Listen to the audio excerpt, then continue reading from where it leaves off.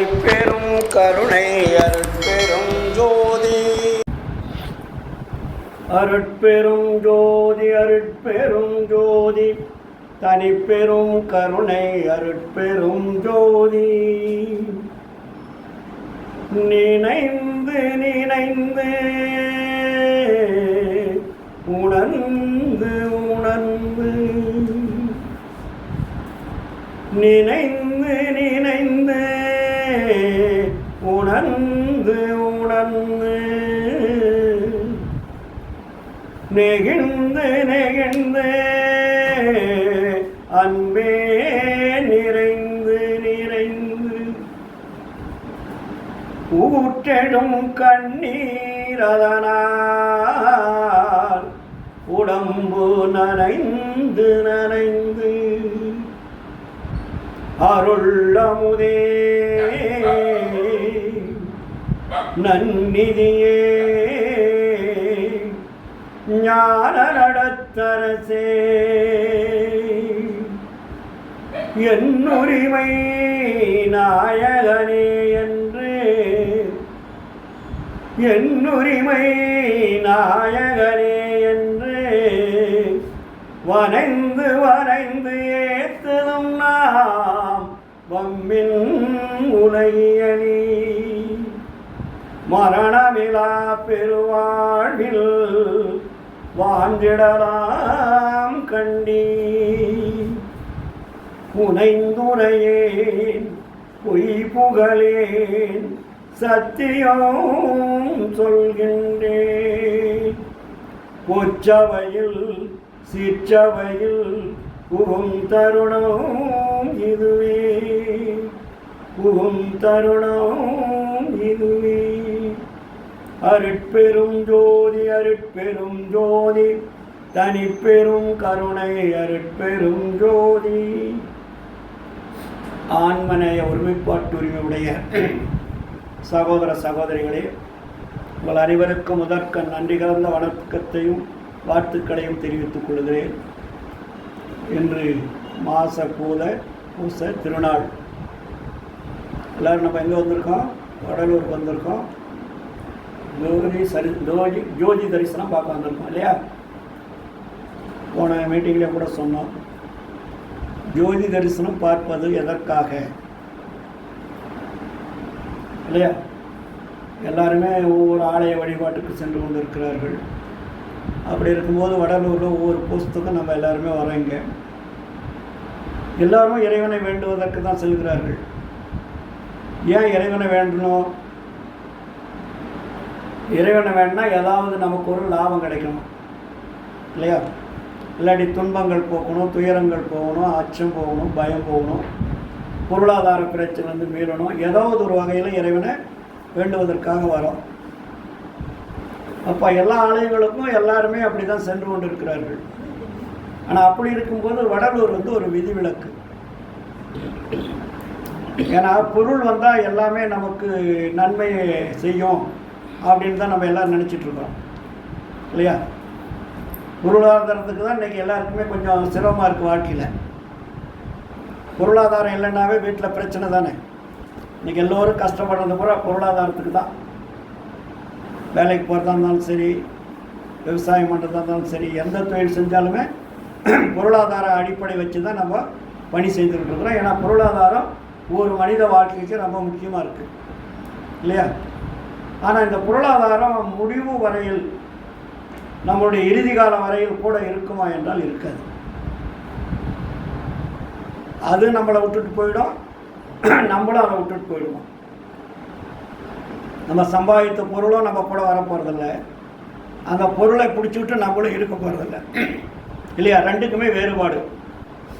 ஆனால் இருக்கின்ற வரையும் அந்த பொருளாதாரம் நமக்கு தேவைப்படுது. ஏன்னா உலக வாழ்க்கைக்கு. ஆனால் உலக வாழ்க்கைக்கு பொருளாதாரம் இல்லாமல் வாழவும் முடியாது. அதனால தான் என்ன சொன்னாங்க? பொருள் இல்லாருக்கு இவ்வுலகம் இல்லை, அருள் இல்லாருக்கு அவ்வுலகம் இல்லை. அப்போ நம்ம இவ்வுலகத்தில் வாழணுமா, வேறொரு உலகத்துக்கு போகணுமா? இதுதான் கேள்வி. அதுதான் கஷ்டம். பொருளாதாரம் வேணும்னா இந்த உலகம் கண்டிப்பாக வேணும். அதாவது அவ்வுலகம் என்னன்னா அருள் உலகம். அருள் உலகத்துக்கு போனால் பொருளாதாரம் நமக்கு கண்டிப்பாக இருக்கக்கூடாது. ரெண்டுக்கும் நேர் எதிர்ப்பதும். இப்போ நம்ம எப்படித்தான் வாழ்கிறது? ஒரு சிக்கல் தானே இது. இந்த சிக்கலில் நம்ம எப்படி என்னன்னா வடலூர் வந்து கோஸ்து முடிச்சுட்டு கதிர்வேலுடைய சொற்பொழி கேட்டாலும் நம்ம போய் பொருளாதாரம் இல்லைன்னா நைட் போய் சாப்பிட முடியுமா? இல்லை நம்ம வீடுன்னு ஒரு வீடுக்கு போய் தானே ஆகணும். பொருளாதாரம் இல்லைன்னா நமக்கு வீடு ஏது? இப்போ எங்கேயாவது இன்னொரு வீட்டில் நுழைய முடியாதுல்ல. எல்லா வேலையும் முடிச்சுட்டு நம்ம போகிறது நம்ம வீட்டுக்கு தான் போக முடியும். அப்போ பொருளாதாரம் தேவை தானே. பொருளாதாரம் தேவையில்லாத நம்ம வீடுன்னு எப்படி சொல்ல முடியும்? அப்போ பொருளாதாரம் இந்த உலகத்தில் வாழ்வதற்கு கண்டிப்பாக வேணும். ஆனால் அதையே பிடித்து கொண்டு இருக்கக்கூடாது தான். அதுதான் இப்போ கொஞ்சம் அந்த பாயிண்ட்டை வள்ளலார் வந்து கொஞ்சம் கிராஸ் பண்ணுறார் நமக்கு. ஏன்னா இந்த உலகத்தில் தோன்றியவர்கள் எல்லாருமே கடைசி வரையிலுமே பொருளாதாரத்தை வச்சு வாழ்ந்து அழிஞ்சு போயிட்டாங்க. அவங்களாலையும் கொண்டு போக முடியல, அவங்களால அருள் பெறவும் முடியல. ஒன்று பொருளாதாரத்தில் வந்து ஆயுசு போகிற நிம்மதியாக வாழ்ந்துருக்காங்களான்னா கிடையாது. வாழ முடியுதா? முதிர்ச்சி அடைஞ்சிடறாங்கல்ல. இளமையில் தேவைப்படுது. ஒரு 40, 50, 60 வயசு வரைக்கும் பொருளாதாரத்துக்கு ஈடு கொடுக்கலாம், அனுபவிக்கலாம். ஆனால் வயசு முதிர்ச்சி ஒருபாடு இந்த பொருளாதாரத்தை நீங்கள் அனுபவிக்க முடியாது. நீங்கள் இருக்கும்போதே கஞ்சி கூட குடிக்க முடியாதுன்றான் டாக்டர். எந்த சாப்பாடும் சாப்பிட முடியாது. எதை சாப்பிட்டாலும் ஆபத்து உயிருக்கு. வயசு முதிர்ச்சி அடைஞ்சு போச்சு, நோய் வந்துருச்சு, அச்சம் வந்துருச்சு, பயம் வந்துருச்சு, நிறை திரை பிடி மூப்பு பயம் எல்லாம் வந்துருச்சா? அப்புறம் எப்படி இந்த பொருளாதாரம் கூட காப்பாற்ற இந்த உலகத்தில் இருந்தாலும் கூட? இங்கே 2 பாயிண்ட் நம்ம பார்க்குறோம். பொருளாதாரம் வேணும். பொருளாதாரம் கடைசியிலையும் நம்ம கூட இருக்கான்னா இருக்காது. அந்த பொருளாதாரத்தை நம்மளால் அனுபவிக்க முடியாது. நம்ம கண்ணு முன்னாடி இருக்கு. நம்ம சம்பாதிச்ச சொத்து இருக்குது, மனைவி, மக்கள், காரு, பங்களா, தோட்டம், பேங்க் டெபாசிட் எல்லாமே இருக்குது. ஆனால் கூற்றம் வந்து பக்கத்தில் நிற்கிறான் ஏமான். இந்த சொத்து உங்களை காப்பாற்றுமா? ஐயோ இவ்வளோ சொத்து விட்டுட்டு போகிறேன், என்னால் வர முடியாது, இந்த சொத்தெல்லாம் நான் கொண்டுட்டு வரேன் அப்படின்னு நாங்கள் சொல்ல முடியுமா? எதுவாக இருந்தாலும் விட்டு தான் போக முடியும். அதான் இந்த உலக வாழ்க்கையினுடைய வரலாறு. ஆனால் இங்கே நமக்கு வள்ளலார் என்ன பண்ணுறாருன்னா கொஞ்சம் மாற்றுறார். பொருளாதாரமும் தேவை.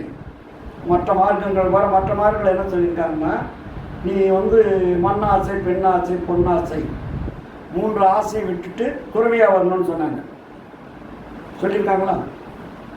அதுக்கு 12 வருஷம் தவம் இருக்கணும், குரு பேச்சை கேட்கணும். அவன் குடியில் வச்சுக்கிட்டு ஆடம்பரமாக இருப்பார், நல்லா சாப்பிட்டுக்கிட்டு வர. அந்த சிஷியர்கள் 12 வருஷத்துக்கு அடிமை தொழில் செய்யணும். அவங்கள கையமுத்துறதுலேருந்து காலமுத்துறதுலேருந்து வேலை செய்கிறதுலேருந்து எல்லாமே சிஷியர்கள் செய்யணும். அதுக்கு 12 வருஷம் அந்த ரகசியத்தை சொல்ல மாட்டாங்க. அதுக்கப்புறம் அவங்களுக்கு கால நேரம் முடியும் சொல்கிறேன்னு கடைசியில் ஏமாற்றுவாங்க. ஏன்னா அவங்களுக்கு தெரிஞ்சாதானே சொல்கிறது. அவங்களுக்கும் தெரியாது, இவங்களுக்கும் புரியாது. அதுக்காக ஆசிரமங்களை வச்சு குரு சிஷ்ய என்ற ஒரு சூழ்நிலை வச்சு வாழ்க்கை முறையெல்லாம் நம்ம சமயவாதிகள்லாம் நமக்கு பண்ணியிருக்காங்க. இன்றைக்கி அதெல்லாம் அந்த என்னன்னு சொல்கிறது, அந்த ஆசிரமங்கள்லாம் இன்றைக்கி இருக்குது. இன்றைக்கி சிலதாக நடந்துக்கிட்டு இருக்குது. அதனால் அவனும் செத்து போகிறான், சிஷியனுங்களும் செத்து போகிறான். அங்கேயாவது ஏதாவது முழுமையான ஒரு வாழ்க்கை முறை இருக்கான்னா இல்லை.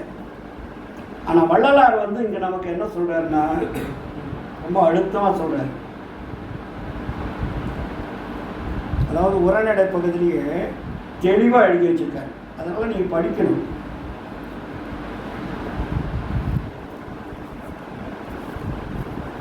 திருவருள் மெய்மொழின்னு அதுக்கு பேர். அதுக்கு பேர் என்ன தலைப்பு? மெய்மொழின்னு. அதில் அவர் சொல்கிறாரு, நம்மளுக்காக சொல்கிறார் பாருங்க எப்படி. உலகத்தினிடத்தை பெறுவதற்கு மிகவும் அருமையாகிய மனித தேகத்தை பெற்ற நண்பர்கள் அனைவரும் நாமும் அறிய வேண்டுவதும் ஒழுக வேண்டுவதும் யாதெனில், அவரே கேள்வி கேட்டு பதில் சொல்கிறார். இயற்கைத்தானே விளங்குகின்றவர் உள்ளவர் என்றும், இயற்கைத்தானே உள்ளவராய் விளங்குகின்றவர் என்றும், இரண்டுபடாத பூரண இன்பமானவர் என்றும், எல்லா அண்டங்களையும் எல்லா உலகங்களையும் எல்லா பதங்களையும் எல்லா சக்திகளையும் எல்லா சத்தர்களையும் எல்லா கலைகளையும் எல்லா பொருள்களையும் எல்லா தத்துவங்களையும் எல்லா தத்துவிகளையும் எல்லா உயிர்களையும் எல்லா செயல்களையும் எல்லா இச்சைகளையும் எல்லா ஞானங்களையும் எல்லா பயன்களையும் எல்லா அனுபவங்களையும் மற்ற எல்லாவற்றையும் தமது திருவருட் சக்தியால் தோற்றுவித்தல், வாழ்வித்தல், குற்ற நீக்குவித்தல், பக்குவம் வருவித்தல், விளக்கம் செய்வித்தல் என்னும்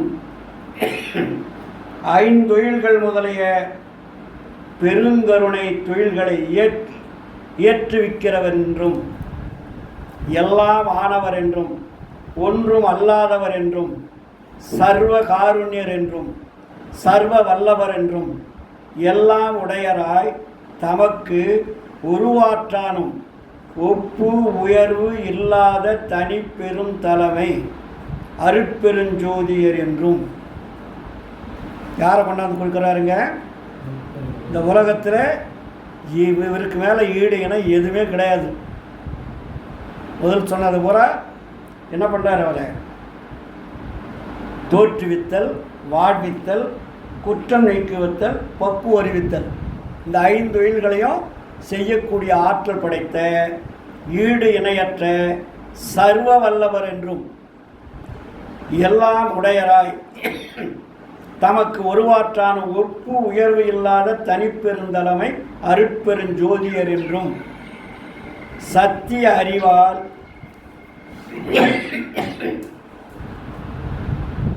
அறியப்படுகின்ற உண்மை கடவுள். இப்போ ஏன் அந்த உண்மை கடவுள் நீங்கள் போடுறாரு? நம்ம இது வெளியா வணங்கி வந்த கடவுள்லாம் சொல்லாமல் சொல்கிறாரு. அதெல்லாம் பொய் கடவுள்னா அவங்களுக்கு கோபம் திரும்பில்ல. அதுக்காக என்ன பண்ணுறாரு? உண்மை கடவுள் ஒருவரே அகம் புற முதலிய எவ்விடத்தும் நீக்கமின்றி நிறைந்த சுத்த மெய் அறிவு என்னும் பூரண பொதுவெளியில் அறிவார் அறியும் வண்ணங்கள் எல்லாமாகி விளங்குகின்றார். அப்போ அந்த கடவுள் எங்கே இருக்கிறாரு? பூரண பொதுவெளின்றார். இப்போ இந்த உலகத்தில் பார்த்தீங்கன்னா வெளிகள் இடத்துக்கு இடத்து மாறுபடும். இப்போ அமெரிக்காவில் ஒரு டைம்னா இந்தியாவில் ஒரு டைம், ரஷ்யாவில் ஒரு டைம்னா இந்தியாவில் ஒரு டைம், மலேசியாவில் ஒரு டைம்னா அங்கங்கே இரவு பகல் நேரங்கள் காலங்கள் ஒளிகள் எல்லாமே மாறுது இல்லையா? ஆனால் ஆண்டவர் இருக்கிற இடம் மாற்றம் அடையாதது. அதை எங்கே சொல்கிறார் அவர்? அகம் புற முதலிய எவ்விடத்தும் நீக்கமின்றி நிறைந்த சுத்த மெய் அறிவு என்னும் பூரண பொதுவெளியில் அறிவார் அறியும் வண்ணங்கள் எல்லாமாகி விளங்குகின்றார். அப்போ அறிவை கொண்டு அறிவை தெளிவுபடுத்துகின்ற பொழுதுதான் அந்த உண்மை விளங்கும். அதுவில்லையே அந்த உண்மை கேட்கலாமே தவிர விளங்குவது கடினம். ஒரு பொருளை நம்ம பார்க்காத இன்னொருத்தர் பார்த்தோன்னு சொன்னால் நீங்கள் என்ன பண்ணுவீங்க? நம்பிக்கையில் நம்பலாம் உட்காந்து. ஆனால் நீங்கள் பார்க்காத அது என்னவோ அவர் சொல்கிறாரு அப்படின்னு தான் நினைக்க முடியும். அந்த பொருளை அவங்க பார்த்த மாதிரி நீங்களும் பார்த்தா தான் அது மேலே உங்களுக்கு ஒரு நம்பிக்கை வரும். ஆமாம், நீ சொன்ன மாதிரி நானும் பார்த்தேன் அப்படின்னு சொல்லுவோம். நீங்கள் மட்டும் பார்த்துட்டு இன்னொருத்தருக்கு நான் பார்த்தேன்னு சொன்னால் அவங்க நம்ப மாட்டாங்க. அப்போ என்ன? அறிவார் அறியும் வண்ணங்கள் எல்லாமாகி விளங்குகின்றன. அப்போ அறிவு என்ற அருளை கொண்டு பார்த்தால்தான் அந்த உண்மை என்ன என்பது வள்ளலார் சொல்கிறது நமக்கு புரியும். அது வெளியே நமக்கு சொல்கிறத காதில் கேட்கலாமே தவிர புரியுறது கொஞ்சம் கஷ்டம். புரியுதுங்களா? அதுக்கப்புறம் என்ன சொல்கிறாரு? அவ்வாறு விளங்குகின்ற ஒருவரையாகிய கடவுளை இவ்வுலகத்தினிடத்தில் நமக்கு சொல்கிறாருங்க. ஜீவர்களாகிய நாம் அறிந்து அன்பு செய்து அருளை அடைந்து அழிவில்லாத சத்திய சுகபூரண பெருவாழ்வை பெற்று வாழாமல், இது இல்லையா? அது மாதிரி நம்ம வாழலை. இப்போ முதல் சொன்னோம் இல்லையா? அதுபோல தானே வாழ்ந்துட்டுருக்குறோம். சுகபூரண பெருவாழ்வை பெற்று வாழாமல் பல்வேறு கற்பனைகளால் சொல்கிற கற்பனை என்ன? இங்கே ஒரு கற்பனையில் சொல்லியிருப்பீங்க, இன்னொருத்தர் ஒரு கற்பனையில் சொல்லுவாங்க. ரெண்டுமே பொய்யாத்தான் இருக்கும். கற்பனை என்றாவே பொய்ன்னு பேர். அதனால தான் கலை உரைத்த கற்பனையை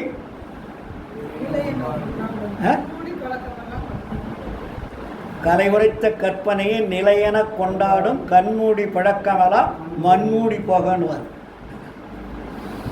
அது கண்மூடி பழக்கன்றார் இல்லையா? கண்மூடினா என்ன அர்த்தம்? குருடர்னு அர்த்தம்.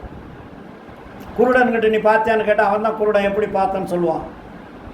அதனால் அந்த வார்த்தையை இங்கே போடுறாரு.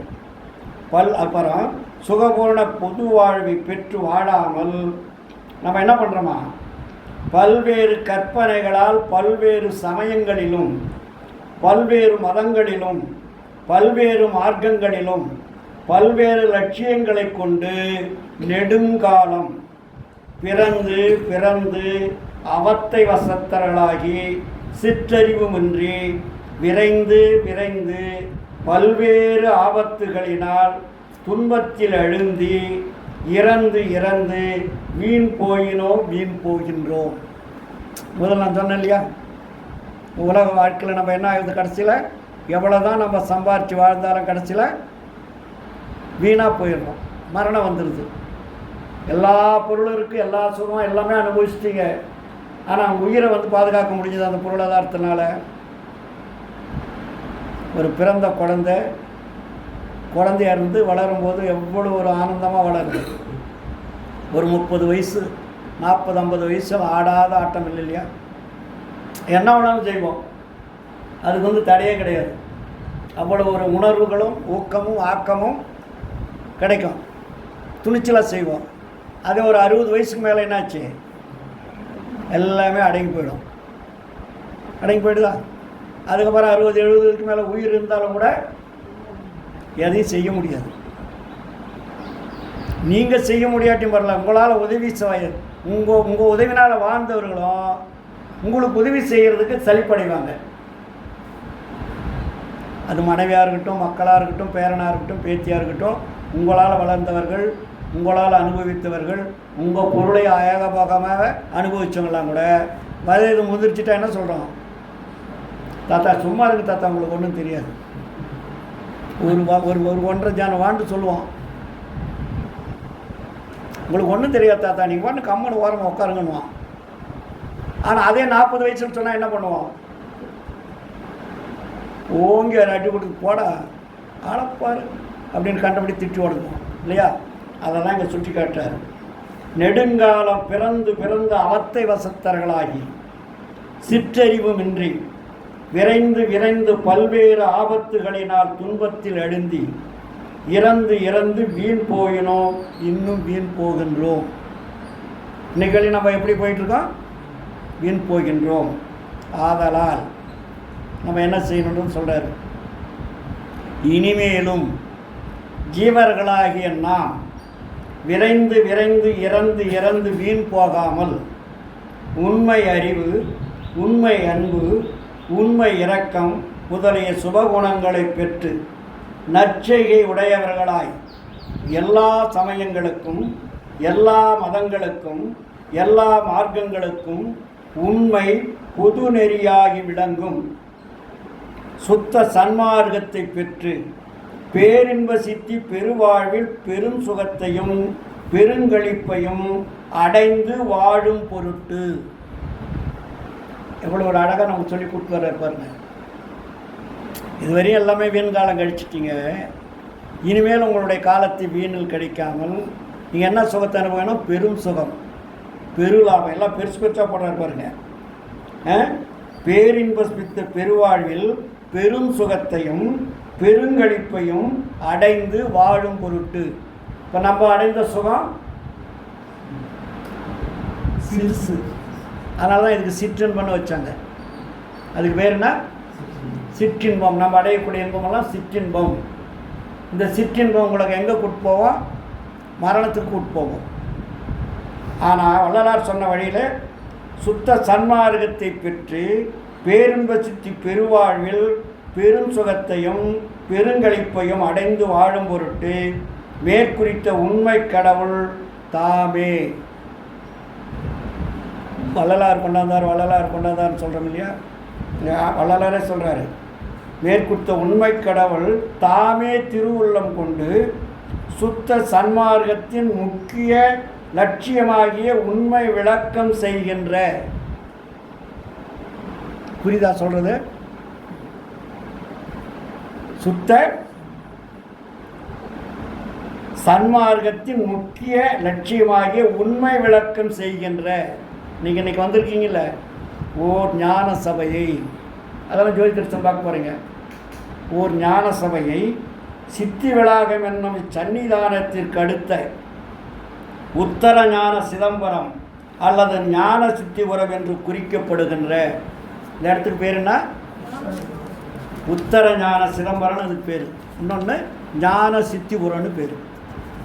முதல்ல வடலூர் என்றும் பார்வதிபுரம் என்று அதுக்கு பேர். வள்ளலார் வச்சு பேர் உத்தர ஞான சிதம்பரம், உத்தர ஞான சித்திபுரம் இதுக்கு பேர். வடலூர் பார்வதிபுரத்தில் இது அவர் ரெண்டும் எங்கே இருக்குதுன்னு சொல்கிறாரு, அட்ரஸ் கொடுக்குறாரு பாருங்க. எப்படி இந்த ஞான சபை இருக்கிற உத்தர ஞான சித்திபுரம், உத்தர ஞான சிதம்பரம் இது எங்கே இருக்குது? வடலூர் பார்வதிபுரத்தில். அதுக்கு பார்வதிபுரம்னு பேர். தமது திருவருட் சம்மதத்தால் இயற்றுவித்து இக்காலம் தொடங்கி அளவு குறிக்கப்பட்டு படாத நெடுங்காலம் அற்புத சித்திகள் எல்லாம் விளங்க யாமே அமர்ந்தருடைய திருவிளையாடல் செய்து அருள்கின்றார். இறைவனே தன்னுடைய கட்டளையை வள்ளலார்கிட்ட சொல்லி, நான் இங்கே அமர்ந்து இந்த மக்களுக்காக அருளை கொடுப்பதற்காகவும் வாழ்விப்பதற்காக வருகிறேன், அதற்காக நீ ஒரு ஞான சபையை கட்டுன்னு வள்ளலாரை சொல்லி வள்ளலாரையும் கட்டுறாரு. யார் கட்ட சொல்லி கட்டுறாரு? ஐயா வாங்க. அருட்பெருஞ்சோதி ஆண்டவர். ஏன்னா யாமே திருநடம் புரியணும்.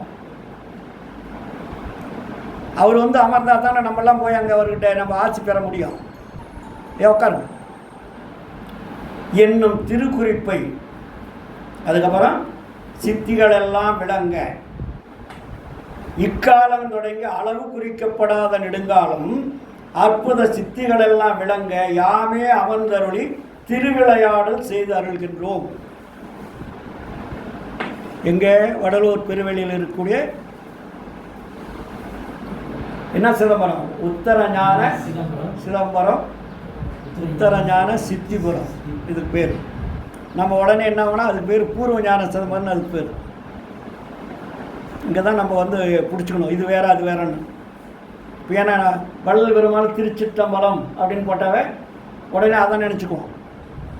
இங்கே பிரிக்கிறார் பாருங்க எப்படி. அது பூர்வ ஞான சிதம்பரம், இது உத்தர ஞான சிதம்பரம். அந்த சிதம்பரத்துக்கும் இந்த சிதம்பரத்துக்கும் லிங்க் கிடையாது. அது வேறு இது வேறு. அது எதை சார்ந்தது? சமயம் சார்ந்தது. இது சமய சார்பற்றது, எல்லாருக்கும் பொதுவானது. நல்லா புரிஞ்சுக்கணும். இங்க என்னும் திருக்குறிப்பை இவ்விடத்தே தாயினும் சிறந்த பெருந்தயவுடைய நமது கருணையாம் கடலராகிய அருமை தந்தையார் அருட்பிரகாச வள்ளலார் முன்னிலையில் பலவாற்றானும் பிரசித்திப்பட வெளிப்படுத்தி அருட்பெருஞ்சோதி சொரூபராய் அப்பெருங்கருணை வள்ளலாரது உடல் பொருள் ஆவிகளை கொண்டு பொற்றவை சிற்றவை பிரவேசம் செய்வித்து அருளி அரிய அவரது திருமேனியில் தாம் கனிவுற கலந்தருளிய எல்லாம் வல்ல சித்த திருக்கோலம் கொண்டு அருள் அரசாட்சி திருமுடி பொறுத்து அருள் விளையாடல் செய்தருளும் நிமித்தம் 1872 ஞான சபையை கட்டிட்டு அருட்பெருஞ்சோதி ஆண்டவர் அங்கே அமர்ந்து வரக்கூடிய உலகில் உள்ள மக்கள் அத்தனை பேருக்கும் அருளை வழங்குவதற்காகவும் உண்மை கடவுள் யார் என்பது தெரிந்து கொள்வதற்காகவும் உண்மையான அன்பு இரக்கம் தயவு எப்படி பெற வேண்டும் என்ற ஒழுக்க நிலைகளை மக்களுக்கு சொல்ல வேண்டும் என்பதற்காகத்தான் இந்த ஞான சபையை இங்கே கட்டியது. சும்மா எல்லாரும் கோயில் கட்டுறாங்களே, நீங்கள் கட்டலை. இறைவனுடைய அருளாற்றலால் அவர் சொல்லி. வள்ளலார் இஷ்டத்துக்கு நம்ம போய் ஒரு சபையை ஊரில் கட்டிக்கிறோமே நம்ம இஷ்டத்துக்கு, அப்படி இல்லை. வள்ளலார் அருட்பெருஞ்சோதி ஆண்டவர் சொல்லி வரைபடம் போட்டு கொடுத்தார் ஆண்டவர். தெரியுமா அது உங்களுக்கு? ஞான சபை கட்டுன்னா எப்படி வள்ளலார் கட்டுவார் அவருக்கு தெரியும். அவருக்கு தெரிஞ்சதை பத்தனார்கிட்டையும் மேஸ்திரிகிட்டையும் கொடுத்து இன்ஜினியர்லாம் கொடுத்து கட்ட சொன்னால் அவங்களுக்கு வரைபடம் போட்டு கொடுக்கணும் இல்லை. இல்லாட்டி அந்த அமௌண்ட் சொன்னவோ அவங்க ஒன்று செஞ்சுருவாங்க. அப்போ என்ன பண்ணுறாரு? ஆண்டவரே வரைபடம் போட்டு கொடுக்குறாரு. என்ன வரைபடம் அது? எண்கோண வடிவமான வரைபடம். இப்போ எண்கோணமாக இருக்குது. இப்போ வடலூரில் எண்கோணம் இருக்கா சார்? எல்லாம் சாட்சி வச்சுருக்கோம். எண்கோணத்தில் கட்டிட்டாரு. 8 கதவுகள் இருக்கும், 16 ஜன்னல்கள் இருக்கும். எண்கோணம் தான் இருக்கும். அதை சுற்றி வளையம் இருக்கும். இன்றைக்கி வளையத்தையும் கட் பண்ணி இந்த பக்கம் அந்த பக்கம் போட்டாங்க. ஒரு பக்கம் மட்டும் ஓப்பன் பண்ணி நீட்டி விட்டாங்க. அகவல் மண்டபம்னு போட்டாங்க. தான் உட்காந்து வழிபாடு பண்ணுறீங்க. ஆனால் அப்படியே வள்ளலார் கட்டினாரு. இன்றைக்கி அது பார்த்து தானே எல்லா ஊர்லேயும் அவங்கவுங்களும் சபை கட்டிகிட்டு இருக்காங்க. அப்போ எவ்வளோ பெரிய அபத்தமான வேலையை வள்ளலாருக்கு பின்னாடி இந்த மனித சமுதாயத்திற்கு தவறான முறையில் காட்டியிருக்கிறார்கள். நாம் புரிஞ்சுக்க வேண்டாமா? இதை சொன்னால் தான் ஈரோடு கதிர் மேலே பிரச்சனை. வள்ளலார் எழுதியிருக்காருல அழகா. அப்போ எப்படி இருக்கணும் அந்த சபை? எண்கோண வடிவம் தான். அதை சுற்றி தான் இரும்பு சங்கிலி. எங்கேயும் ஓப்பன் கிடையாது. இப்போ என்ன பண்ணிட்டாங்க? கட் பண்ணி இந்த பக்கம் தூக்கி போட்டாங்க, இந்த பக்கம் தூக்கி போட்டாங்க. அது இரும்பு சங்கிலி, துருபிடிக்காத சங்கிலி. வள்ளலார் கால போட்ட சங்கிலி தான் அது. அப்போ அந்த எண்கோண வடிவமும் 8 கதவுகள் திறந்திருக்கணும். அந்த சரிதாங்க சங்கிலி போட்டிருக்காங்களே, அந்த சங்கிலிக்குள்ளே யாரும் உள்ளே போகக்கூடாது. அதான் வள்ளலாருடைய கருத்து. புலால் உண்பவர்கள் உள்ளே பிரவேசிக்கூடாதுன்னு எழுதுறது எங்கே? எதனால்? இந்த கம்பிக்குள்ளே யாரும் போகக்கூடாதுன்னு அர்த்தம். இரும்பு சங்கிலி போட்டிருக்காங்கல்ல, அந்த சங்கிலிக்குள்ளே யாரும் உள்ள அலோடு கிடையாது. நீ வெளியில் சுற்றி சுற்றி அங்கே வேணாலும் போகலாம் வரலாம். இன்றைக்கி என்ன நடந்திருக்கு? சங்கிலி கட் பண்ணியாச்சா? ஒரு பக்கம் துவாரம் வச்சு ஆச்சு போட்டு முன்னாடி வழிபாடு, ஒரு பக்கம் வழிபாடு காட்டுறாங்களா? 8 பக்கம் திறந்துருக்கான். அப்போ இது என்ன வழிபாடுங்க வடலூரில் நடக்குது? இப்போ சன்மார்க்க வழிபாடா, சமய வழிபாடா?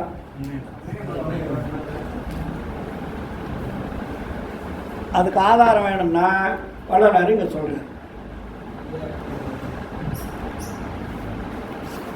ஆதாரம் இல்லாத நம்ம பேசிட்டோம்னா நம்மளும் மாட்டிக்கும், மற்றவங்களையும் தவறான வழிக்கு கொண்டு போயிடுவோம் இல்லையா?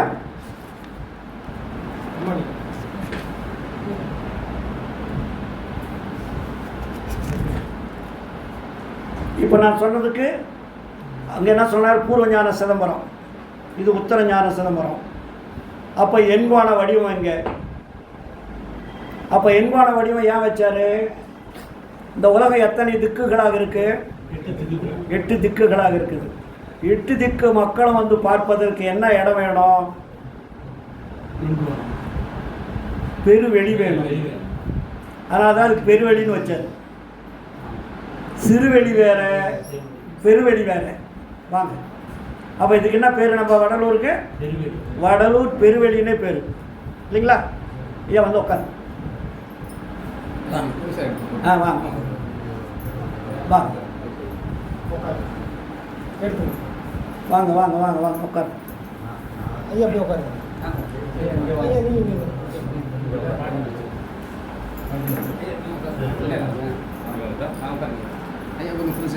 எல்லாரும் மகிழ்ச்சி மகிழ்ச்சி மகிழ்ச்சி. வாழ்த்துக்கள்.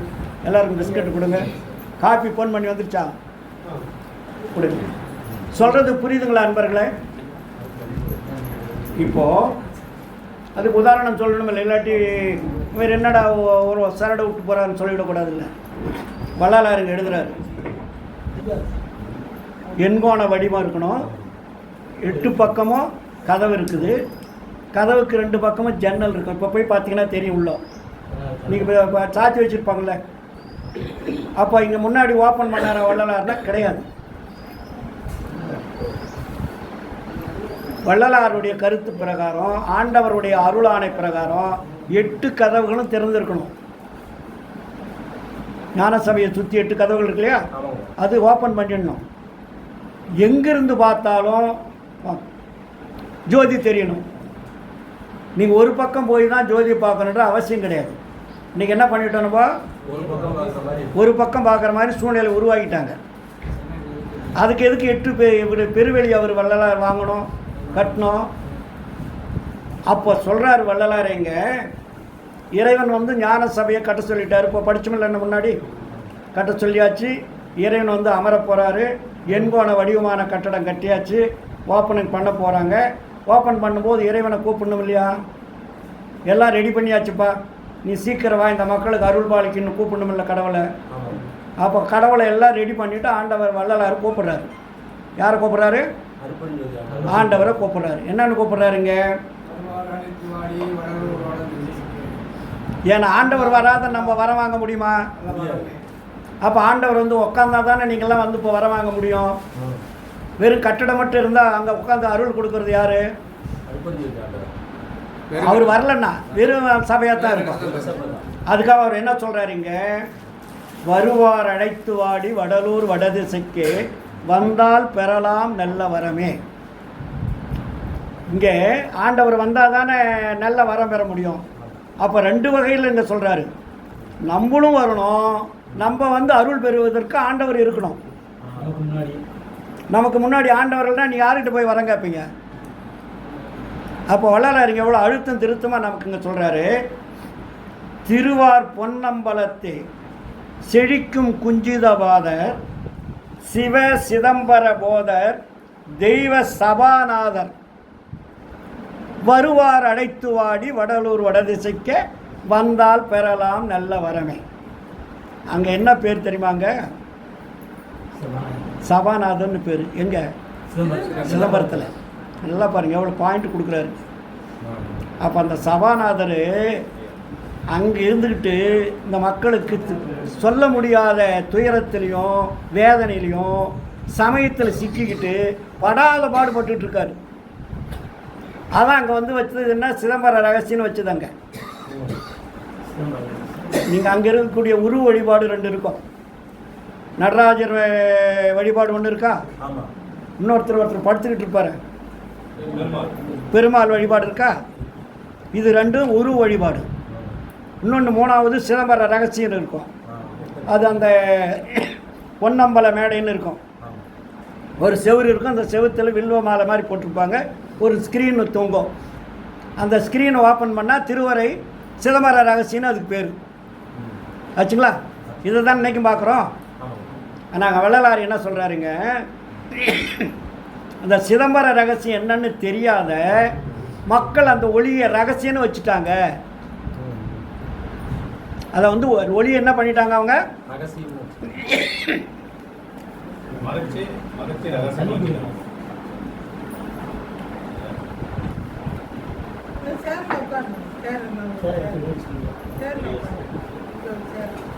இங்கே கூட இடம் இருக்குவாங்க.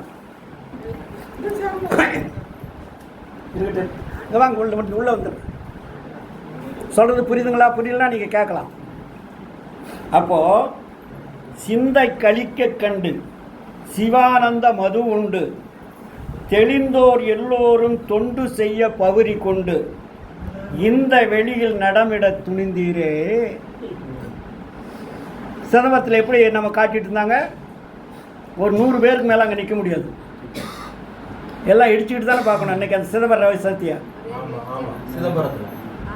அப்போது இங்கே வள்ளலார் சொல்கிறாரு பாருங்க, சிந்தை கழிக்க கண்டு சிவானந்த மது உண்டு தெளிந்தோர் எல்லோரும் தொண்டு செய்ய பவுரி கொண்டு இந்த வெளியில் இடமிட துணிந்தீரே. இந்த இடத்துல வந்து நீ காட்சி கொடுக்குன்னு நினச்சிங்க வந்திருக்கிறது என்ன நியாயம்? இதை விட பெருவெளி இதைவிட பெருவெளி இருக்குதென்றால் இங்கே வருவார் அழைத்து வாடி வடலூர் வடதிசைக்கே. புரியுதா உங்களுக்கு? இதைவிட பெருவெளி, இதுக்கு பேர் என்ன? பெருவெளி. ஏன் பெருவெளி? 8 பக்கத்திலிருந்தும் மக்கள் கண்டுகளிக்கக்கூடிய இடம் பெருவெளி. அது மாதிரி இங்கே ஒரு பக்கம் இருந்து பார்க்கறது அல்ல. இன்னைக்கு இதே வடலூர் நிலைமை என்ன இருக்கு? 7:45 மணிக்கு நீங்கள் எல்லாரும் போய் ஒரு பக்கம் வந்துக்கிட்டு உடனே அவர் என்ன பண்ணுவார்? சேலைகளை பத்திரமாக மூடிக்கொள்ளுங்கள், கழுத்தில் உள்ள நகையை பத்திரமாக பார்த்துக்கொள்ளுங்கள், போன பத்திரமாக திருடர்கள் ஜாக்கிரதை அலௌன்ஸ் பண்ணுறாங்களா? இந்த நிலைமை இங்கே வரக்கூடாது. வடலூருக்கு வரலாமா? இது இதனுடைய வழிபாட்டு முறைகள் வேறு, மற்ற சமய வழிபாட்டு முறைகள் வேறு. இதெல்லாம் என்ன பண்ணிட்டாங்க? அவங்க வேணும்னு செய்யலை, அவங்களுக்கு தெரிஞ்சது அவ்வளோதான். ஒரு சிலர் அவங்க திட்டம் போட்டு தப்பாக பண்ணிட்டாங்கன்னு நம்ம சொல்ல வரல, அவங்களுக்கு புரியல. சமய வழிபாட்டு முறையவே சன்மார்க்க வழிபாடாக வச்சுக்கிட்டாங்க. அதனால தான் நம்ம சன்மார்க்கிகள் என்ன பண்ணுறாங்க, அவங்கவுங்க ஊர்லேயும் வடலூர் வழிபாட்டையும் அவங்களும் கடைப்பிடிக்கிறாங்க. இப்போ என்னைக்கு இந்த மக்கள் ஈடேற போகிறாங்க? ஈடேற முடியுமா?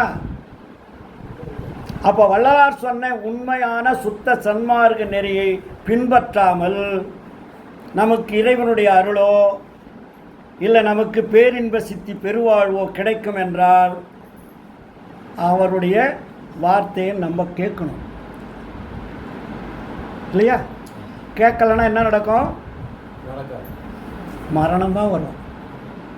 அதான் ஐயா சொல்லுவார், சொல்லுகின்றேன் பற்பல நான் துரிசலவே சூதளவே தூய்மை உடையனவே, வெல்லுகின்ற வார்த்தை அன்றி வெறும் வார்த்தை என் வாய் விளம்பாது, என் ஐயர் உள் நின்று விளம்புகின்றபடியான்றார்.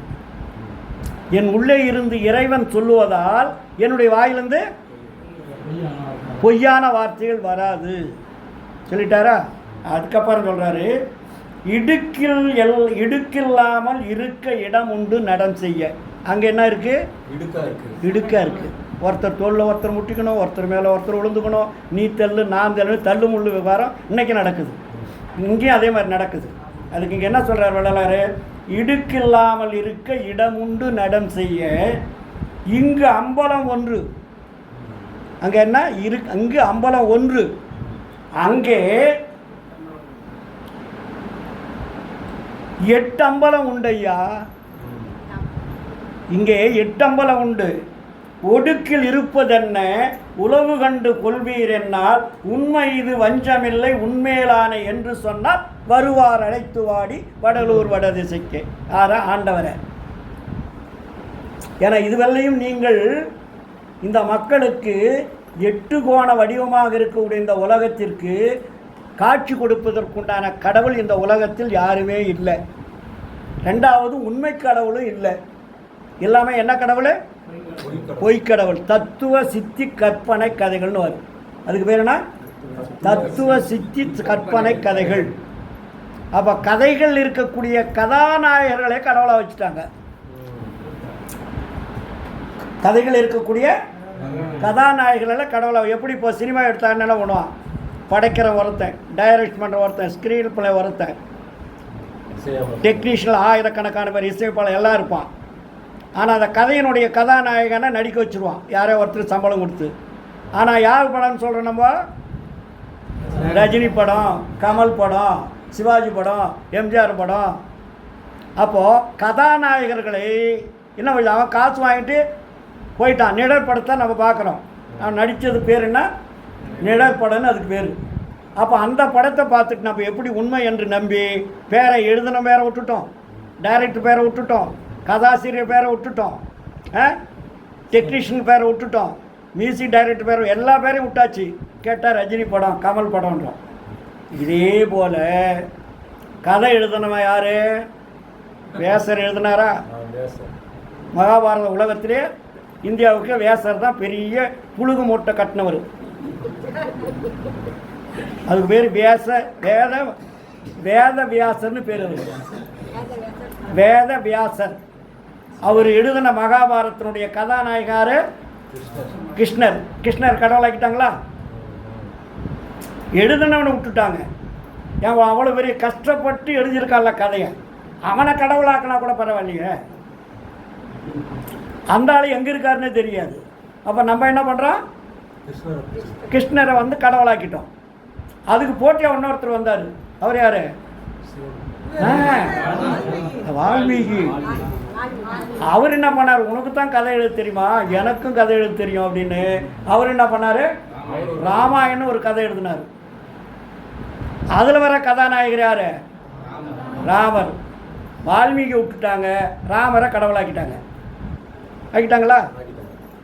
இதெல்லாம் பார்த்துட்டு நம்ம ஆள் என்ன பண்ணார், இங்கே நம்ம தமிழ்நாட்டில் உங்களுக்கு தான் கதைலாம் எழுத தெரியுமா, எனக்கு அதை விட சூப்பரான கதை எழுத தெரியும்னு அவர் என்ன பண்ணார், 63 நாயன்மார்கள் வச்சு ஒரு கதை எழுதினார்.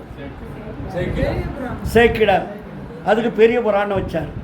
சேக்கிடார் வரை எல்லாத்தை விட சூப்பர் பிரில்லியன்ட்டு.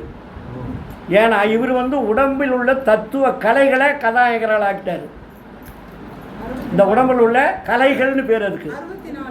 63 நாயன்மார்களும் அதுக்கு அதீதமான ஒரு கலை இருக்குது, அதை சேர்த்து 64ன்னு வள்ளலார் சொல்லுவார். 63 நாயன்மார்கள் என்பது 63 உடம்பில் இருக்கக்கூடிய ஹெட் ஆஃப் டிபார்ட்மெண்ட்டு கலைகள், அதாவது உறுப்புக்கள். அதை இயக்கக்கூடியது ஆன்மா, அதுதான் தலைமை. அதனால் 64 கலைகள்னு வள்ளலார் போட்டார். அவர் 63 நாயன்மார்களும் 63 நாயன்மார்களுக்கு சிவபெருமான ஒரு ஆளை வச்சார். புரியுதுங்களா? அதனால் அதுக்கு பேர் என்ன, பெரிய புராணன். அவங்கெல்லாம் சின்ன புராணம் வச்சாங்க, இவர் என்ன பண்ணிட்டாரு, பெரிய புராணன் வச்சார். அப்போ நம்ம என்ன பண்ணுறோம், இன்றைக்கி பாரு, அதையும் வந்து 63 நாயன்மார்களும் உண்மையான தொண்டர்கள், உண்மையான அதுக்கு முன்னாடி என்ன சொல்லுவாங்களே, அடியார்கள் அப்படிலாம் சொல்லுவாங்க, திருத்தொண்டர்கள். ஆனால் எல்லாம் அடித்தார் வள்ளலார், எல்லாமே தத்துவண்டான்ட்டார். 63 நாயன்மார்களும் தத்துவங்களை ஒழிய உண்மை அல்ல அப்படின்னு போட்டார். உள்ளவாங்க. அப்போ இதில் புரியுதா உங்களுக்கு? ஆனால் வள்ளலார் வந்து இங்கே என்ன பண்ணுறாரு, கதை சொல்லாத கடவுளை கண்டுபிடித்த ஒரே ஒரு மனிதர், ஒரே ஒரு அருளாளர் நம்ம வள்ளலார் மட்டும்தான். வள்ளலார்கிட்ட கதை சொல்கிற வேலையே கிடையாது. ஏன்னா கதை என்றால் என்ன, அதுக்கு பேர் பொய். கதைன்னாவே பொய் தான். விட்றான் பாடுறா, கதை விட்றான் பாரு சொல்கிறோமா, அப்படின்னா என்ன, பொய் பேசுகிறான்னு அர்த்தம். அப்போ இதுவரையில் இந்த மக்கள் என்ன பண்ணாங்க,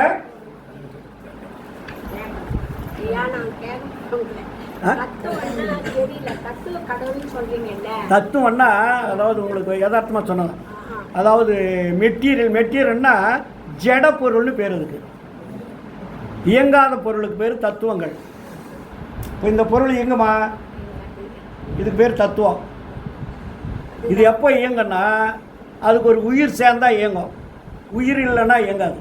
உயிர் இல்லாத அத்தனை பொருள்களுக்கு பேர் தத்துவங்கள். அதுக்கு மேலே அப்போ நம்ம உடம்புல இருக்கக்கூடியது 64 கலைகளும், அது வாங்கம்மா 64 தத்துவங்கள்னு பேர். தத்துவங்கள்னா ஜடம் அப்படி வச்சுங்க. இப்போது ஒரு உதாரணம் சொல்லணும்னா உங்களுக்கு புரியுற மாதிரி சொல்கிறேன்னே. இப்போ நம்ம உடம்பு இருக்கு இல்லையா, உடம்புல உயிர் இருக்குது, நம்புறீங்களா? உயிர் இருக்குது, எல்லாருக்கும் தெரியுமா?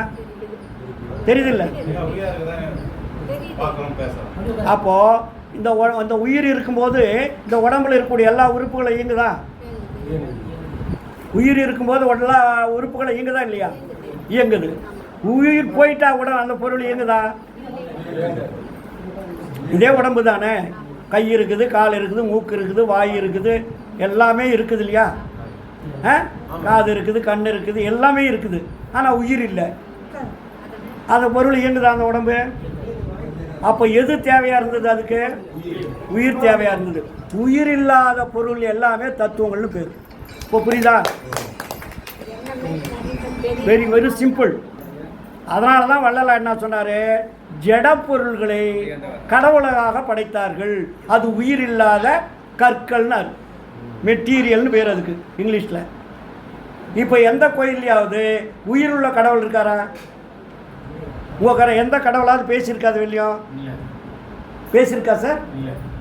அப்போ ஏயா அந்த கடவுள் தான் பேசலை நீங்கள் சொல்கிறீங்க, வடலூரில் மட்டும் என்ன வச்சுருக்கிறீங்க பேசுகிறதுக்கு? அங்கேயும் ஒளி தானே இருக்குது, ஒளி பேசுமா அப்படின்னு ஒரு கேள்வி கேட்பாங்க. கேட்பாங்க இல்லையா? நீ அதை வந்து ஜட தத்துவம்னு சொல்லிட்டா அது பேசாது. ஆனால் உங்கள் வள்ளலார் சொன்ன கடவுள் மட்டும் ஒளி தான் நாங்கள் காட்டுறாரு, ஒளி மட்டும் பேசுமா அப்படின்னு ஒரு கேள்வி கேட்கலாம் இல்லையா? நியாயமானதானே கேட்பாங்கல்ல. ஆனால் ஒளி இல்லைன்னா என்ன ஆகும்? இருளாயிடும் இல்லையா? அப்போது இந்த உலகத்திற்கு எது முக்கியமான மூலப்பொருளாக இருக்குது? ஒளி தான். சரி, அதை விட சொன்னால் கூட உங்களுக்கு புரியுறது கஷ்டம். உங்கள் வீட்டில் வந்து நிறைய ஜடப்பொருள் வச்சுருக்கீங்க, அது சாமி படம். சாமி படம் நிறைய வச்சுருக்கீங்களா? பேசாத படம்.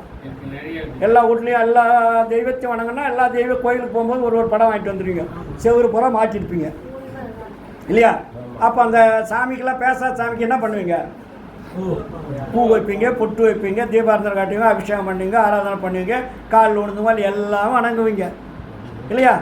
அப்போது எதை கொண்டு அதெல்லாம் வணங்குறீங்க? வீட்டில் விளக்கு வேணும் இல்லையா? இப்போ இரவாயிடுச்சு, இரவாயிட்ட உடனே நீங்கள் என்ன பண்ணுறீங்க? கடவுளை போய் வணங்க போகிறீங்க. செவுத்தில் இருக்கிற சாமிகளெல்லாம் பார்க்குறீங்க, வெளிச்சம் இருக்கும்போது பார்க்குறீங்க, கரண்ட் ஆஃப் ஆகிடுச்சு. நீங்கள் வணங்குற தெய்வங்கள்லாம் உங்கள் கண்ணுக்கு தெரியுதா? தெரியுதா? அப்போ நீங்கள் என்ன பண்ணணும்? ஐயா, தினமும் நாங்கள் உங்களை வந்து வணங்குறோம், தினமும் உங்களுக்கு படையல் போடுறோம், தினமும் பூ வைக்கிறோம், பொட்டு வைக்கிறோம், பிரார்த்தனை பண்ணுறோம், உங்கள் மேலே கீர்த்தனைகள்லாம் பாடுறோம், கரண்ட் ஆஃப் ஆகிடுச்சு, விளக்கும் இல்லை, மெழுகுவத்தியும் இல்லை, எண்ணெய் விளக்கும் இல்லை. கடவுளே, நீங்கள் உங்களை பார்ப்பதற்கு கொஞ்சம் வெளிச்சம் கொடுங்கன்னு கேளுங்க. அந்த கடவுள்கிட்ட உங்களை நாங்கள் பார்க்கணும், அதனால் கொஞ்சம் வெளிச்சம் கொடுங்க, உங்களை நாங்கள் பார்க்குறோம் அப்படின்னு கேட்டு அந்த கடவுள் உங்களுக்கு வெளிச்சம் கொடுத்துட்டா அந்த கடவுளை நீங்கள் நம்புங்க. எந்த கடவுளாவது கரண்ட் இல்லாத போது அது உடனே ஒளி கொடுத்து என்னைப்பா நான் ஒளி கொடுக்குறேன்னு சொல்லுமா? அதனால் வள்ளலார் என்ன பண்ணாருங்க? ஒளி வழங்கும் கடவுளை தான் இங்கே வச்சார். இது ஜடப்பொருள் அல்ல, இது பிரகாசம். இருளை ஒளியாக மாற்றுவது. அதை கூட சொன்னால் இன்னொன்று உங்களுக்கு ரொம்ப புரியும்னா, இப்போ இந்த உடம்புக்குள்ளே 4 விதமான பொருள்கள் இருக்குது. என்னென்ன தெரியுமா? இந்த உடம்பு என்பது என்ன? அகல். விளக்கு வைக்கிறோம் இல்லையா? உடம்பு வந்து மண்ணான உடம்பு பேர் அகல்னு வச்சுங்க. உடம்பு வந்து அகலாச்சா, அதுக்கப்புறம் அது உள்ள என்ன இருக்கணும்? எண்ணெய் ஊற்றணும். எண்ணெய் என்பது என்ன? ரத்தம் ஆச்சா. இன்னொன்று வந்து திரி வேணும். திரி என்பது என்ன? சுக்கிலம். சுக்கிலன்னா என்ன தெரியுமா? விந்து ஆச்சுங்களா? அப்போ அதை ஏற்றினா அந்த பிரகாசம் என்பது என்ன? அதுதான் ஆன்மா. புரியுதுங்களா? பிரகாசம் என்பது தான் ஆன்மா. இப்போ இதில் 4 பொருள் இருக்கா? ஐயா உள்ள வாங்க. 4 இருக்கா? என்னென்ன இருக்குது? அகல் இருக்குது, எண்ணெய் இருக்குது, திரி இருக்குது, ஒளி இருக்குது. இது 4 இல்லைன்னா இந்த உடம்பு இயங்குமா? இயங்காது. அதே போல தான் இந்த ஒளி இல்லை என்றால் உலகம் இயங்காது. அதற்காக தான் வள்ளலார் என்ன பண்ணார்? ஒளியே கடவுளாக வைத்தார். ஆனால் நம்ம சொல்லக்கூடிய தீப ஒளி அல்ல இது. நீங்கள் தீக்குச்சி எடுத்து வைக்கிற இல்லை மின்சாரத்தில் எரிய வைக்கிற ஒளி அல்ல. இப்போ உங்கள் உடம்புல இருக்கக்கூடிய மின்சாரத்தினாலே அவங்களோட ஆன்மா எரியுது இல்லை வெளியிலேருந்து ஏதாவது ஒரு கரண்ட் உள்ளே போய் அந்த ஆன்மாவை இயக்க வைக்குதான்? இல்லையே. உலகத்திலேயே அதிசயமானது எது என்று கேட்டால் எந்த விதான தொடர்பும் இல்லாமல் இந்த உடம்பு இயங்கி கொண்டிருப்பது தான் உலக அதிசயம். இதுங்களா? இந்த உடம்பு இருக்குல்ல, நம்ம உடம்பு, இது ஏதாவது இயக்கதா? வெளியிலேருந்து ஏதாவது கனெக்ஷன் இருக்கா? இப்போ நீங்கள்லாம் எங்கேருந்து வந்திருக்கிறீங்க? ஊர்லேருந்து வந்திருக்கிறீங்க. உங்களை யார் கூட்டிகிட்டு வந்தது?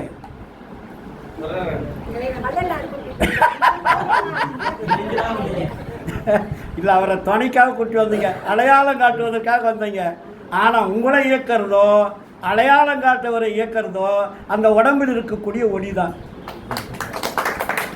நீ யாரு கூட வந்தாலும் எல்லாரையும் இயக்குவது எது? ஒளி. அதனால தான் வள்ளலார் சொன்னார், இயங்கும் பொருளில் இறைவன் இருக்கிறார், இயங்காத பொருளில் இறைவன் இல்லை. நல்லா புரிஞ்சுங்க. ஒரு தாவரம் கூட இயங்குது இல்லையா? அங்கே கடவுள் இருக்காரு, அது வேறுக்குள்ள உயிர் இருக்கு. இயங்கும் பொருளில் இறைவன் இருக்கிறார், இயங்காத பொருளில் இறைவன் இல்லை.